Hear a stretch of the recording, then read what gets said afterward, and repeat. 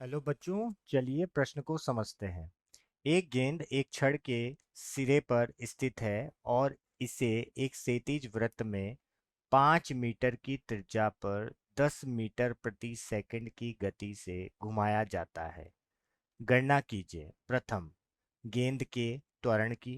द्वितीय, गेंद के त्वरण की यदि गेंद को उसी त्रिज्या के वृत्त में उसी गति से किंतु ऊर्ध्वाधर तल में घुमाया जाए। तो सर्वप्रथम हम यहाँ पर देखेंगे मुख्य अवधारणा। मुख्य अवधारणा। तो यहाँ पर मुख्य अवधारणा होगी अभिकेंद्र बल। अभिकेंद्र बल एवं त्वरण।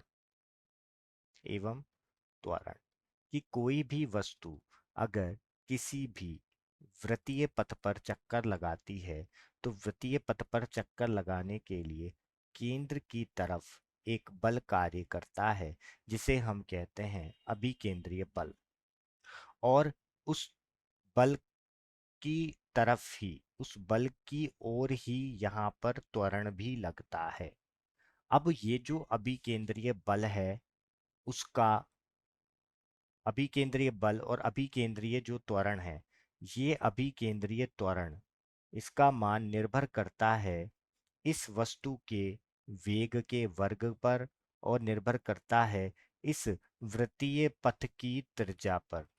तो अब चलते हैं हम हल की तरफ। हल। तो सर्वप्रथम हम यहाँ पर ये देखते हैं कि हमें दिया क्या हुआ है कि हमने क्या करा है। किसी किसी छड़ के, एक छड़ के सिरे पर हमने क्या करा है, एक छड़ के सिरे पर हमने किसी गेंद को रखा है। ठीक है। और उस छड़ के सिरे पर हमने जो गेंद को रखा है उस गेंद को हम घुमा रहे हैं।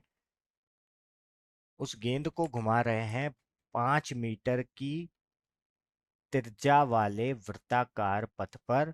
और उसकी जो गति है वो हमें दे रखी है 10 मीटर प्रति सेकंड की गति से वो घूम रहा है।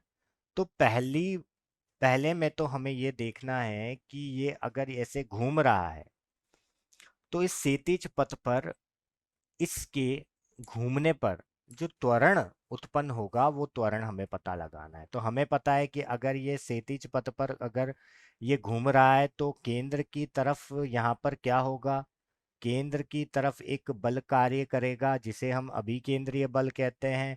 और केंद्र की तरफ ही क्या लगेगा, एक त्वरण लगेगा जिसे हम क्या कहते हैं, अभिकेंद्र त्वरण कहते हैं। और अभिकेंद्र जो त्वरण होता है इसका मान हमें पता है कि किस किस पर निर्भर करता है। वो निर्भर करता है किस पर, इसके वेग के वर्ग पर, इसकी चाल के वर्ग पर और त्रिज्या पर। तो वेग हमें दे रखा है 10 की घात 2 और त्रिज्या हमें दे रखी है 5। तो यहाँ पर 100/5 तो मतलब कितना आ जाएगा हमारा, 20 मीटर प्रति सेकंड का वर्ग। तो ये तो हो गया किस पर, जब पथ हमें क्या दे रखा है, 37 दे रखा है। और अब इसी पथ को हमने क्या कर दिया है, ऊर्ध्वाधर कर दिया है। तो ऊर्ध्वाधर अगर कर दिया है और अगर हम तल की बात कर रहे हैं यहाँ पर, ये तल पर हमने क्या करा, इसको उसी वेग से, अगर हम उसी चाल से 10 मीटर प्रति सेकंड की चाल से अगर घुमा रहे हैं और इसकी त्रिज्या भी उतनी है जितनी पहले थी, 10 मीटर हो है। तो यहाँ पर जो त्वरण लगेगा, वह त्वरण जो होगा वो भी किसके बराबर होगा, v की घात 2/r के बराबर होगा।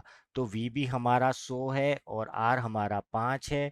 तो ये भी क्या निकल जाएगा, 20 मीटर प्रति सेकंड का स्क्वायर निकल जाएगा। मतलब हमारा जो त्वरण होगा, अगर ऊर्ध्वाधर पथ पर देखेंगे तो उसका मान भी यही आएगा, 20 मीटर प्रति सेकंड का वर्ग। तो इस प्रश्न का उपयुक्त उत्तर होगा, अगर हम 37 तल पर त्वरण की बात करेंगे तो 20 मीटर प्रति सेकंड का वर्ग। और अगर हम ऊर्ध्वाधर तल पर बात करेंगे तो वो भी 20 मीटर प्रति सेकंड का वर्ग होगा। मैं आशा करता हूँ आपको समझ आया होगा। धन्यवाद।